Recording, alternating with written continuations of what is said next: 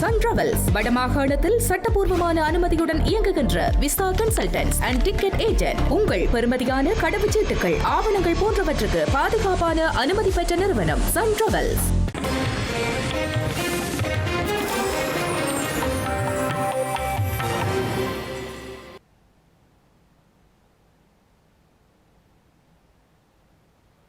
வணக்கம். இது ஐபிசி தமிழின் பிரதான செய்திகள். முதலில் தலைப்புச் செய்திகள். சங்கீத்சன் கைது பேச்சுரிமையின் அப்பட்டமான மீறல். பயங்கரவாத தடை சட்டத்தை நீக்க கனடா வலியுறுத்து. விடுதலை புலிகளின் மீளுருவாக்கத்தை மக்கள் எதிர்பார்க்கிறார்கள். அவசரகால சட்ட கைதுகளுக்கு கடும் கண்டனம் வெளியிட்டுள்ள கஜேந்திரகுமார். சுரேஷ் சலேக்காக விசேட பூஜைகளை செய்ததாகவும் நாமல் தெரிவிப்பு. அரசியல் பழிவாங்கலை நிறுத்துமாறும் வலியுறுத்து. பாடல் பாடியதற்காக கிளிநொச்சி இளைஞர் கைது செய்யப்படவில்லை. தடை செய்யப்பட்ட அமைப்பை ஊக்குவித்ததாக ஸ்ரீலங்கா நீதி அமைச்சர் குற்றச்சாட்டு. புத்தளத்தில் முந்திரி பழம் பறித்தவர் சுட்டுக்கொலை. 8 காவலாளிகள் கைது. பாரதி ராஜாவின் உடலம் அரச மரியாதையுடன் அடக்கம் செய்யப்படும். முதலமைச்சர் விஜய் அறிவிப்பு. இனி விரிவான செய்திகள். இலங்கையில் பயங்கரவாத தடை சட்டத்தின் கீழ் சொல்லிசை பாடகர் சங்கீத்சன் கைது செய்யப்பட்டு விளக்கமறியலில் வைக்கப்பட்டுள்ளமைக்கு கனடாவின் பிரம்டன் நகர முதல்வர் பெட்டிக் பிரவுன் கவலை வெளியிட்டுள்ளார். அடுத்தடுத்து வந்த ஸ்ரீலங்கா அரசாங்கங்கள் பயங்கரவாத தடை சட்டத்தை நீக்குவதாக சர்வதேச சமூகத்திற்கு மீண்டும் மீண்டும் வாக்குறுதி அளித்த போதிலும் அதனை மீறி செயற்படுவதாக அவர் குற்றம் சுமத்தியுள்ளார். கனடாவின் பிரம்டன் நகர முதல்வர் பெட்ரிக் பிரவுன் தனது எக்ஸ் தளத்தில் வெளியிட்டுள்ள ஒரு பதிவில் சொல்லிசை பாடகர் சங்கீத்சன் கைது செய்யப்பட்டமை பேச்சுரிமையின் அப்பட்டமான மீறல் என தெரிவித்துள்ளார். ஒரு கலைஞர் தனது அடையாளத்தை வெளிப்படுத்தியதற்காகவும் இசையை பகிர்ந்ததற்காகவும் அவரை குற்றவாளியாக்குவது பேச்சுரிமையின் அப்பட்டமான மீறல் என கூறியுள்ளார். கருத்து சுதந்திரம் என்பது எந்த ஒரு ஜனநாயகத்தின் அடிப்படை தூண்கள் என்றும் அடுத்தடுத்து வந்த ஸ்ரீலங்கா அரசாங்கங்கள் பயங்கரவாத தடை சட்டத்தை ரத்து செய்வதாக சர்வதேச சமூகத்திற்கு மீண்டும் மீண்டும் வாக்குறுதி அளித்த போதிலும் அந்த வாக்குறுதிகளை மீறி எதிர்ப்பு குரல்களை ஒடுக்குவதற்காக அதனை தொடர்ந்தும் ஒரு ஆயுதமாக பயன்படுத்தி வருவதாக குற்றம் சுமத்தியுள்ளார். 2009ஆம் ஆண்டு தமிழ் இனப்படுகொலை உச்சக்கட்டத்தை அடைந்திருந்ததில் இருந்து தமிழர்கள் தொடர்ந்தும் கடுமையான இராணுவ கண்காணிப்பு மற்றும் அமைப்பு ரீதியான ஒடுக்குமுறையின் கீழ் வாழ்ந்து வருவதாகவும் தெரிவித்துள்ளார். எனவே சொல்லிசை பாடகரை உடனடியாக விடுதலை செய்யுமாறு வலியுறுத்தி அவர் பயங்கரவாத தடை சட்டத்தை நீக்குமாறும் கோரியுள்ளார். இலங்கையில் வடக்கு மற்றும் கிழக்கு மாகாணங்களில் வாழும் தமிழ் மக்கள் தற்போது தமிழீழ விடுதலை புலிகள் இயக்கம் மீண்டும் உருவாக வேண்டும் என்ற ரீதியில் கருத்துக்களை வெளியிடுவதாக தமிழ் தேசிய மக்கள் முன்னணியின் நாடாளுமன்ற உறுப்பினர் கஜேந்திரகுமார் பொன்னம்பலம் நாடாளுமன்றத்தில் தெரிவித்துள்ளார். வடக்கு கிழக்கில் எதிர்கொள்ளும் நெருக்கடிகள் மற்றும் தொடரும் இராணுவ மயமாக்கல் போன்ற சூழல்களிலேயே மக்கள் இவ்வாறான எண்ணப்பாட்டிற்கு தள்ளப்பட்டுள்ளதாக அவர் சுட்டிக்காட்டியுள்ளார். அத்துடன் அவசர கால தடை சட்டத்தை பயன்படுத்த இடம்பெறும் கைதுகளுக்கும் கடுமையான கண்டனத்தை ஸ்ரீலங்கா நாடாளுமன்றத்தில் தெரிவித்துள்ளார். விசேஷமாக தமிழ் பேச மக்கள் மட்டத்திலே கொடுத்த வாக்குறுதி எதையும் நடைமுறைப்படுத்தாமல் இருக்கிறதால அந்த பிரதேச மக்களை அடக்கி ஒடுக்கி அமைதியாக்குறதுக்காக பயன்படுத்துகின்ற ஒரு ஆயுதமாக தான் இந்த பயங்கரவாத இந்த அவசரகால சட்டம் இருக்கிறதே தவிர வேற எதுவும் இல்லை. சங்கீதனை கைது செய்தது அவர் ஒரு கருத்து வச்சிருக்கிறதுக்காக நீங்கள் இந்த அவசரகால சட்டத்தை வந்து பயன்படுத்த இயலாது. அது போலித்தனம். தலைவர் பிரபாகரனை போட்டினாலோ தமிழீழ விடுதலை இயக்கத்தை வந்து புகழ்ந்து கதைச்சாலும் அது பயங்கரவாதம் இல்ல. அது பயங்கரவாதம் இல்ல. அது ஒரு கருத்து. அந்த கருத்தை வந்து நீங்கள் பயங்கரவாத தடுப்பு சட்டத்துக்கு இல்ல இல்லாட்டி அவசர கால சட்டத்துக்குள்ள கொண்டு வந்து அதை தடை செய்ய முடியாது. அது எந்த அளவுக்கு அதை நீங்கள் செய்ய அனுமதிக்கிறீர்கள் என்றால் எந்த அளவுக்கு உங்களுக்கு வந்து இந்த சட்டம் சம்பந்தமாக இருக்கிற அறிவின் தன்மை தான் எடுத்து காட்டுதே தவிர வேறு எதுவும் இல்லை. ஒரு கருத்து கௌரவ உறுப்பினர் அவர்களே, இடத்திலே ஒரு தாக்குதல் தொடர்பாக ஒரு மிக மோசமான ஒரு விடயம் நடக்க, ஒரு ஆபத்தான ஒரு நிலைமை நடக்க இருக்கு.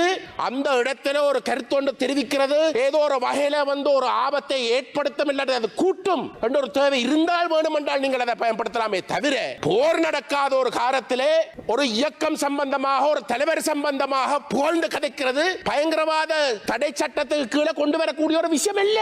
அவ இதெல்லாம் என்னத்தை காட்டுதென்றால், பயங்கரவாத தடுப்பு சட்டத்தையே நாங்கள் நீக்க தயார் என்று சொல்லி அதுக்கு மாற்றீடாக வேற எந்த ஒரு சட்டமும் தேவையில்லை என்று சொல்ற ஆக்கள் தான் இன்றைக்கு இந்த யாப்பாளன் என்ற நல்லாட்சி காலத்திலே கொடுத்த வாக்குறுதியை கூட கொடுக்க தயாரில்லை. அதாவது பயங்கரவாத தடை சட்டம் நீக்கிற வரைக்குமாவது நாங்கள் அதை அமுல்படுத்தாமல் வச்சிருக்கிறோம் என்ற வாக்குறுதி கூட கொடுக்க முதுகெலும்பில்லாத ஒரு அரசாங்கம் தான் இது. முதுகெலும்பில்லாத, நான் ஒன்றை சொல்றேன், நீங்கள் ஆக்களுடைய கருத்துக்களை நீங்கள் நசுக்கலாம், ஆனால் ஒன்றை தெளிவாக தெரிஞ்சு வச்சிருங்க. தமிழீழ விடுதலை புலிகள் இயக்கத்தை நீங்கள் ஒரு இனப்படுகொலை செய்து மௌனிக்க வச்சிருந்தாலும் இன்றைக்கு போர் முடிந்த 17 வருஷத்துக்கு பிறகு நீங்கள் வடகிழக்கில் இருக்கக்கூடிய தமிழ் மக்கள்கிட்ட போய் கேட்டுறீங்கடா, அந்த அமைப்பு திரும்பி வர வேணும் என்று தான் சொல்றார். அது அப்படி சொல்றபடியால் தான் உங்களோட மீன்பிடி அமைச்சர் திலீபன் அவர்களுடைய நினைவு தினத்துக்கு போய் கலந்து கொண்டு அதோட சொந்தம் கொண்டாடுறதுக்கு போற. உங்களுடைய அரசியல் தோல்வி, உங்களுடைய நோக்கங்கள் தோல்வி, அதை மூடி மறைக்கிறதுக்கு நீங்கள் இந்த பயங்கரவாத சட்டமோ நீங்கள் இந்த அவசரகால சட்டத்தையோ பயன்படுத்தி நீங்கள் இந்த கருத்துக்களை நசுக்கலாம் என்று நீங்கள் நினைக்கிறீர்கள் என்றால் அதுக்கு மேலே இருக்கக்கூடிய ஒரு பகல் கனவு கிடையாது என்பதை திட்டவட்டமாக சொல்ல விரும்புகின்றேன். இலங்கையில் வெறும் பாடல் பாடியதற்காக யாரும் கைது செய்யப்படவில்லை எனவும் விடுதலை புலிகள் அமைப்பை ஊக்குவிப்பதும் வகையில் வார்த்தைகளை சமூக ஊடகங்கள் ஊடாக பகிர்ந்த காரணத்தினாலேயே கிளிநொச்சி இளைஞர் கைது செய்யப்பட்டுள்ளார் என ஸ்ரீலங்கா நீதி மற்றும் தேசிய ஒற்றுமைப்பாட்டு அமைச்சர் ஹர்சன நாணயக்கார தெரிவித்துள்ளார். நாடாளுமன்றத்தில் இடம்பெற்ற அவசர கால சட்டம் தொடர்பான விவாதத்தில் உரையாற்றும் போதே அமைச்சர் இதனை கூறியுள்ளார். இலங்கையில் பயங்கரவாத தடைச்சட்டத்தை நீக்குவோம் என நாட்டு மக்களுக்கு வழங்கிய வாக்குறுதியை இந்த அரசாங்கம் நிச்சயமாக நிறைவேற்றும் என ஸ்ரீலங்கா நீதி மற்றும் தேசிய ஒற்றுமைப்பாட்டு அமைச்சர் ஹர்சன நாணயக்கார தெரிவித்துள்ளார். பயங்கரவாத தடைச்சட்டத்தை நீக்கி அதற்கு பதிலாக புதிய சட்டம் ஒன்றை இயற்றுவதற்கான பூர்வாங்க நடவடிக்கைகள் தற்போது நிறைவடையும் கட்டத்தில் உள்ளதாகவும், இன்னும் ஓரிரு மாதங்களில் பயங்கரவாத தடைச்சட்டத்தை இடைநிறுத்தம் செய்வதற்கான புதிய சட்டம் மூலம் நாடாளுமன்றத்தில் சமர்ப்பிக்கப்படும் எனவும் அவர் குறிப்பிட்டுள்ளார். மேடையில் பாடல் பாடியதற்காகவே தமிழ் இளைஞர் ஒருவர் கைது செய்யப்பட்டதாக எதிர்க்கட்சி நாடாளுமன்ற உறுப்பினர் ஒருவர் சபையில் குறிப்பிட்டார் எனவும், இது முற்றிலும் தவறான கருத்தாகும் எனவும் குறிப்பிட்டுள்ளார். அந்த இளைஞன் மேடையில் பாடல் பாடியதற்காக கைது செய்யப்படவில்லை எனவும், குறித்த பாடலை பாடி அதனை விடுதலை புலிகள் அமைப்பை ஊக்குவிக்கும் வகையிலான வாசகங்களுடன் சமூக வலைதளங்களில் பதிவேற்றம் செய்த குற்றச்சாட்டிலேயே கைது செய்யப்பட்டுள்ளார் எனவும் அவர் தெரிவித்துள்ளார். பயங்கரவாதம் தொடர்பான 2011ஆம் ஆண்டு திருத்தச் சட்டத்தின் பிரகாரமே குறித்த இளைஞர் கைது செய்யப்பட்டுள்ளதாகவும், பேச்சுரிமை மற்றும் கருத்து சுதந்திரம் என்பது வடக்கிற்கும் தெற்கிற்கும் ஒன்றாக காணப்படுகின்றது எனவும் அவர் சுட்டிக்காட்டியுள்ளார். தமிழ் முஸ்லிம் என்பதால் சட்டம் ஒரு விதமாகவும், சிங்களம் என்பதால் சட்டம் ஒரு விதமாகவும் இங்கு பிரயோகிக்கப்படவில்லை எனவும், பேச்சு சுதந்திரம் என்ற போர்வையில் எவரும் சட்டத்திற்கு முரணாக செயற்படக்கூடாது எனவும் அவர் குறிப்பிட்டுள்ளார். உயிர்த்த ஞாயிறு பயங்கரவாத தாக்குதல் சம்பவம் தொடர்பில் சந்தேகத்தின் பேரில் கைது செய்யப்பட்டு சிகிச்சைக்காக கொழும்பு தேசிய வைத்தியசாலையில் அனுமதிக்கப்பட்டுள்ள சுரேஷ் சலே தொடர்ந்தும் உணவருந்தாமல் உணவு தவிர்ப்பு போராட்டத்தில் ஈடுபட்டுள்ளதாக தகவல்கள் வெளியாகியுள்ளன. இதேவேளை அரசு புலனாய்வு பிரிவின் முன்னாள் பிரதானி சுரேஷ் சலே சார்பில் தாக்கல் செய்யப்பட்ட வழக்கின் உத்தரவு தொடர்பில் கொழும்பு கோட்டை நீதிமன்றம் இன்று அறிவிக்க உள்ளது.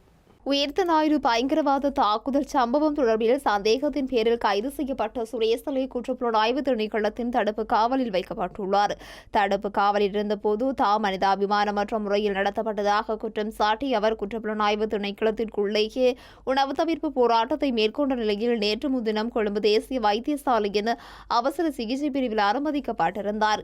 இந்த நிலையில் தாம் மீதான விசாரணைகளிலிருந்து குற்றப்புலனாய்வு திணைக்களத்தின் பணிப்பாளரை நீக்குமாறும் தான் தடுத்து வைக்கப்பட்டுள்ள இடத்தை மாற்றுமாறு கோரியும் அவர் தொடர்ந்து உணவு தவிர்ப்பு போராட்டத்தில் ஈடுபட்டுள்ளார்.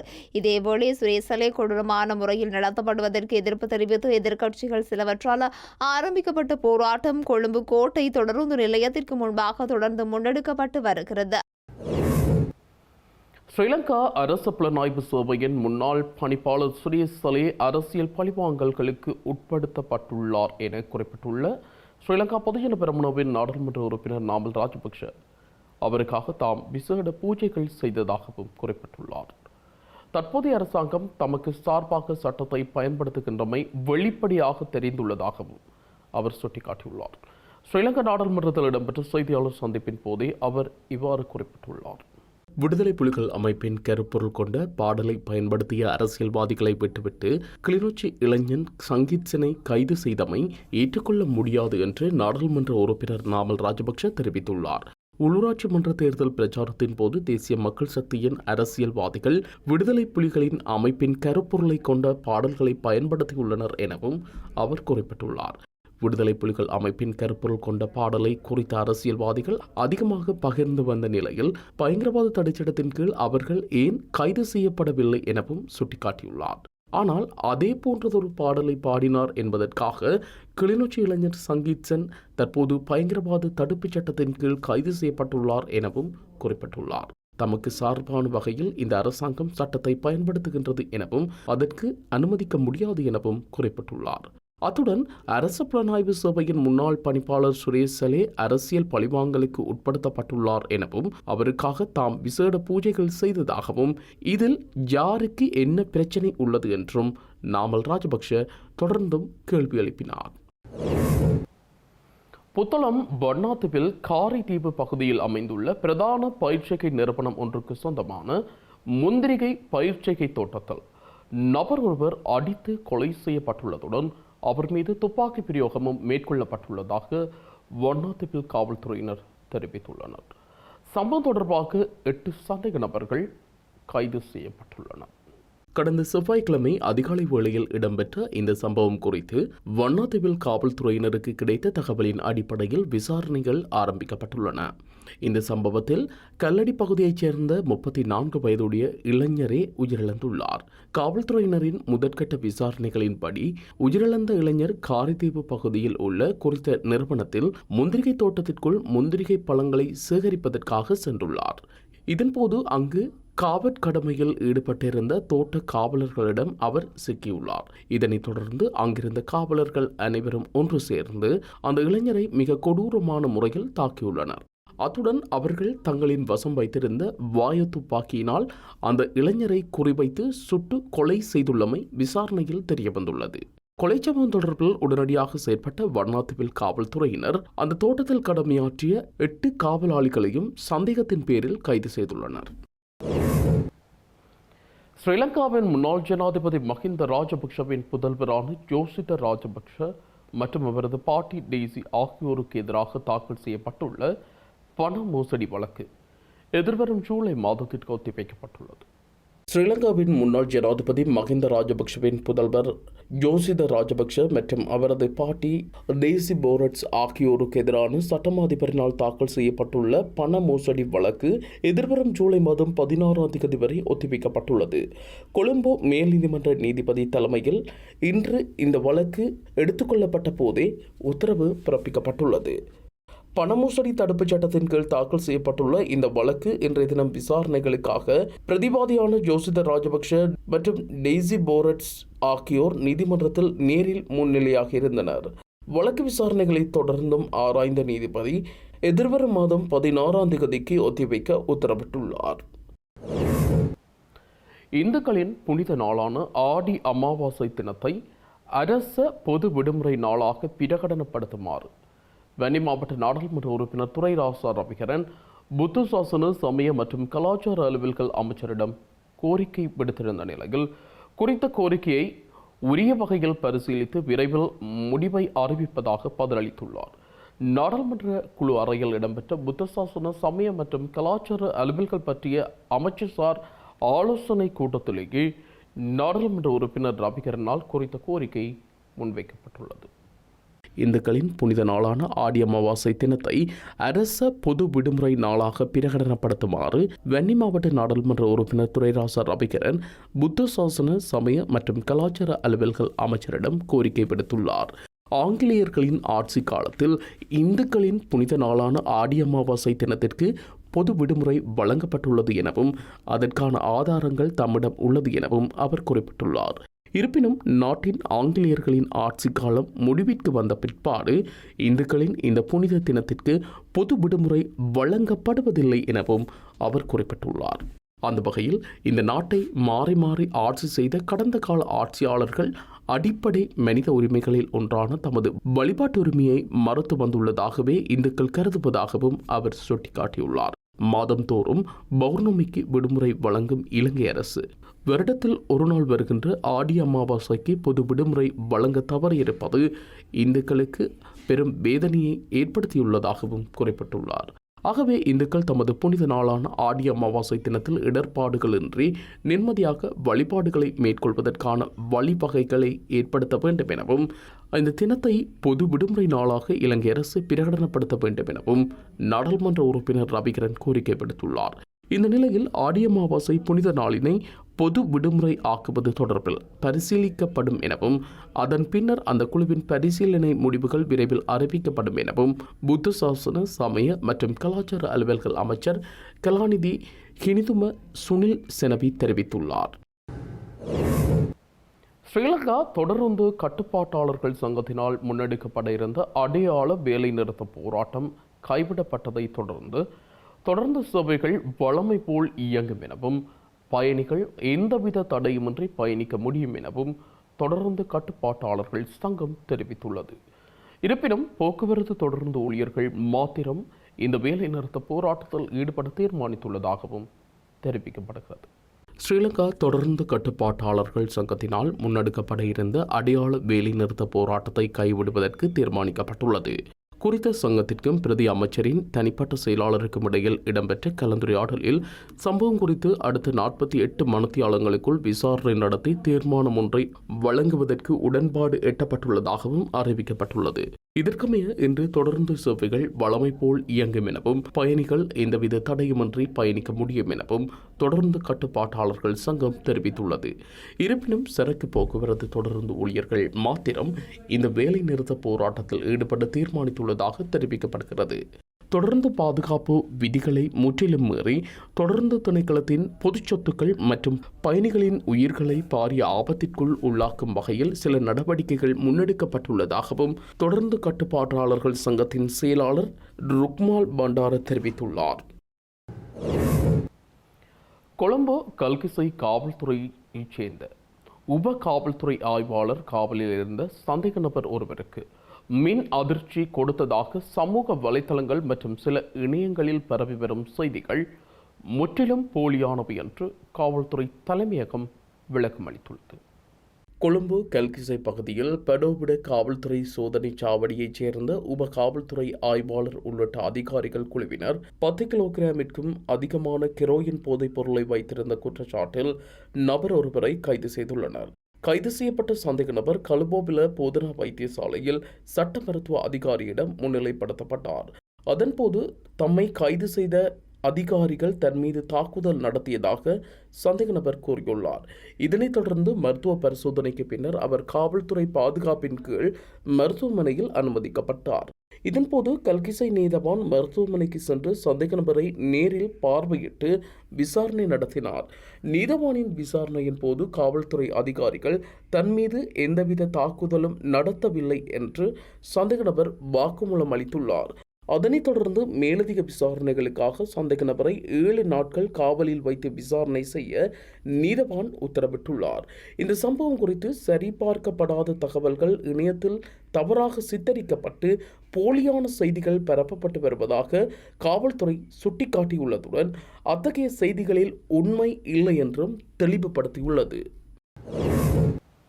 இந்தியாவில் நீண்ட காலமாக பிரதமராக இருந்த நேருவின் சாதனையை இன்று பிரதமர் நரேந்திர மோடி முறியடித்துள்ள நிலையில் அதற்கு ஸ்ரீலங்கா ஜனாதிபதி அனுரகுமார திசாநாயக்க வாழ்த்துக்களை தெரிவித்துள்ளார். இந்திய பிரதமர் நரேந்திர மோடிக்கு கடிதம் ஒன்றை அனுப்பி வைத்த அவர் தனது வாழ்த்துக்களையும் தெரிவித்துள்ளார். இந்தியாவில் தொடர்ச்சியாக நீண்ட காலம் பதவியில் இருந்த இந்திய பிரதமர் என்ற வரலாற்று சாதனையை இந்திய பிரதமர் நரேந்திர மோடி படைத்துள்ளார். 2014ஆம் ஆண்டு மே மாதம் 26ஆம் தேதி இந்தியாவின் பிரதமராக நரேந்திர மோடி பதவியேற்றார். இன்றைய நிலவரப்படி அவர் பிரதமர் பதவியில் 4399 நாட்களை பூர்த்தி செய்துள்ளார். பிரதமராக இந்திரா காந்தி 1966ஆம் ஆண்டு ஜனவரி 24ஆம் தேதி முதல் 1977 ஆண்டு மார்ச் மாதம் 24ஆம் தேதி வரை 4077 நாட்கள் பிரதமராக பதவி வகித்திருந்தார்.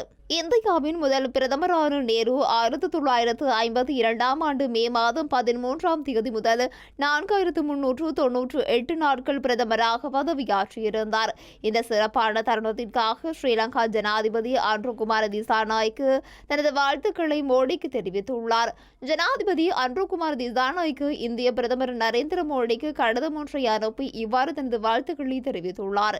இந்த மைல்கல் மோடியின் நீண்டகால சேவையை மாத்திரமன்றி உலகின் மிகப்பெரிய ஜனநாயக நாட்டின் மக்கள் அனைவரும் தலைமையின் மீது வைத்துள்ள நம்பிக்கையும் பிரதிபலிக்கிறது என அந்த கடிதத்தில் சுட்டிக்காட்டப்பட்டுள்ளது. இது தவிர உலகெங்கிலும் உள்ள தலைவர்களும் பிரதமர் நரேந்திர மோடிக்கு வாழ்த்துக்களை தெரிவித்து அவரது தொலைநோக்கு பார்வையையும் பாராட்டியுள்ளனர். இயக்குனர் இமயம் பாரதி ராஜா உடல் நலக்குறைவு காரணமாக இன்று காலமான நிலையில் அவரது உடலத்திற்கு முழு அரசு மரியாதை செலுத்தப்படும் என முதலமைச்சர் விஜய் அறிவித்துள்ளார். இயக்குனர் இமயம் என ரசிகர்களால் போற்றப்படும் பாரதி ராஜா உடல்நலக் குறைவு காரணமாக தனது 84வது வயதில் சென்னையில் உள்ள அவரது வீட்டில் இன்று காலமான நிலையில் அவரது மறைவிற்கு திரை உலகத்தினர் உள்ளிட்ட பலரும் இரங்கல் வெளியிட்டு வருகின்றனர். 1977ஆம் ஆண்டு வெளியான 16 வயது நிலை திரைப்படம் மூலம் இயக்குநராக அறிமுகமான பாரதி ராஜா தனது முதல் படத்திலேயே ரஜினிகாந்த், கமல்ஹாசன் மற்றும் ஸ்ரீதேவி போன்ற முன்னணி நட்சத்திரங்களை வைத்து படத்தை இயக்கியிருந்தார். தொடர்ந்து பல படங்களை இயக்கிய பாரதி ராஜா ராதிகா, ராதா, கார்த்திக் உட்பட பல முன்னணி நடிகர் நடிகைகளை அறிமுகம் செய்திருந்தார். கிராமிய பின்னணியில் பல வெற்றி படங்களை உருவாக்கிய அவர் தமிழ் திரையுலகில் தனக்கென ஒரு தனித்துவ அடையாளத்தை உருவாக்கியுள்ளார்.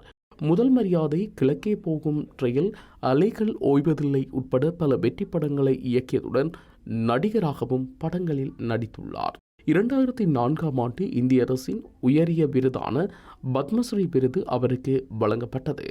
அவரது மகன் மனோஜ் பாரதி ராஜா உயிரிழந்ததை தொடர்ந்து உடல் நலம் பாதிக்கப்பட்ட இயக்குனர் பாரதி ராஜா இன்று காலமானார். இந்த நிலையில் பாரதி ராஜாவின் உடலுக்கு முதலமைச்சர் விஜய் நேரில் அஞ்சலி செலுத்தியுள்ளார்.